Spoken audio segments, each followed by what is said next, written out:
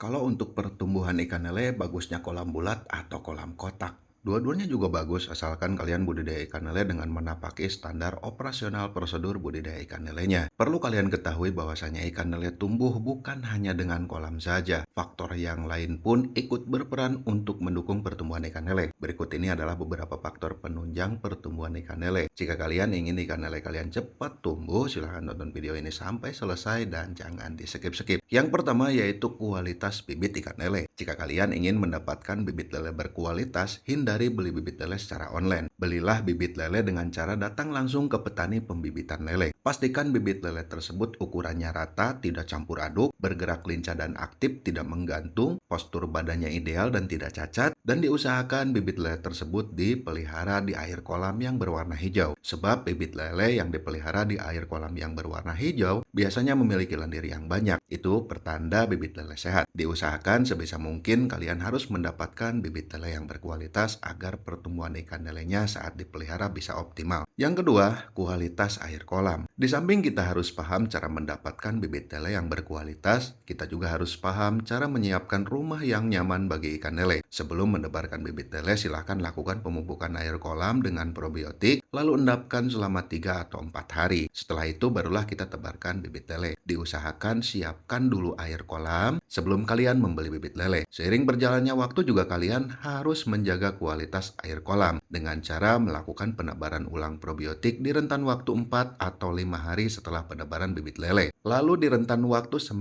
atau 10 hari silahkan kalian cek kembali kualitas air kolamnya. Apakah perlu melakukan pergantian air kolam ataukah tidak? Menjaga kualitas air kolam itu dengan dua hal, yaitu dengan cara menebarkan ulang probiotik dan melakukan pergantian air kolam. Jadi bukan semata-mata kita udah menebarkan probiotik terus tidak melakukan pergantian air kolam. Itu juga sama tetap kita lakukan karena menjaga kualitas air kolam itu dengan dua hal tadi, yaitu dengan penebaran probiotik dan pergantian air kolam. Yang ketiga, kualitas pakan dan bibis probiotik. Faktor penunjang pertumbuhan ikan lele yang paling utama adalah kualitas pakan. Berikan pakan pelet dengan protein di atas 30% untuk mendukung pertumbuhan ikan lele yang optimal. Dan untuk hasil yang signifikan, kalian bisa memilih probiotik untuk dibibiskan ke pakan dengan harapan agar pencernaan ikan lele lancar dalam mencerna setiap makanan yang masuk ke perutnya. Biasanya kalau pencernaan ikan lele lancar, pertumbuhannya pun akan maksimal. Jika bibit lele yang kalian beli itu berkualitas bagus, air kolam senantiasa kalian jaga kualitasnya, dan bibit lele memakan pakan yang berkualitas baik, pasti pertumbuhan ikan lele akan cepat dan maksimal. Yang keempat, kolam dan jumlah tebar bibit lele. Ukuran kolam dan jumlah bibit lele yang ideal juga menjadi faktor pertumbuhan ikan lele yang maksimal. Ukuran kolam yang ideal yaitu ukuran lebar 2 meter, panjang 3 meter, tinggi 1 meter. Rumus penebaran bibit lele yang ideal bagi pemula yaitu 100 ekor per meter kubik air kolam. Cara menghitungnya, ukuran kolam 2 kali 3 meter sama dengan 6. Berarti kolam kalian kurang lebih 6 meter kubik. Berarti kalau 6 dikali 100 hasilnya 600 ekor jumlah bibit lele yang bisa kalian tebarkan di kolam tersebut. Untuk ukuran kolam yang lain silahkan kalian hitung sendiri karena rumusnya sudah saya berikan. Dan jika kalian ingin menambah kapasitas atau jumlah tebar bibit lele ingin lebih banyak, bisa kalian lakukan di periode selanjutnya setelah kalian bisa memahami seluk-beluknya. Semasa belajar budidaya ikan lele, hindari untuk melakukan tebar padat karena tebar padat itu harus didukung dengan skill dan teknik yang mumpuni. Yang terakhir yaitu waktu. Ikan lele tumbuh besar itu membutuhkan waktu yang ideal. Adapun berapa lamanya itu tergantung ukuran bibit lele yang kita tebarkan dan tergantung 4 poin tadi yang sudah kita bahas di atas. Jika ukuran kolam kalian ideal, tebar bibit lele yang berkualitas bagus, didukung dengan pemberian pakan yang berkualitas bagus, dan kalian rajin menjaga kualitas air kolam serta tidak melakukan tebar padat, bisa jadi waktu budidaya ikan lele tidak terlalu lama. Dalam menjalankan usaha budidaya ikan lele, kita tidak perlu nafsu. Tebar bibit lele banyak dengan dalih ingin panen dengan hasil banyak. Segala sesuatunya harus kita perhitungkan dengan pemikiran yang logis dan masuk akal. Sebagai pemula, kalian jangan tergiur dengan hasil banyak. Yang harus kalian pahami adalah prosesnya.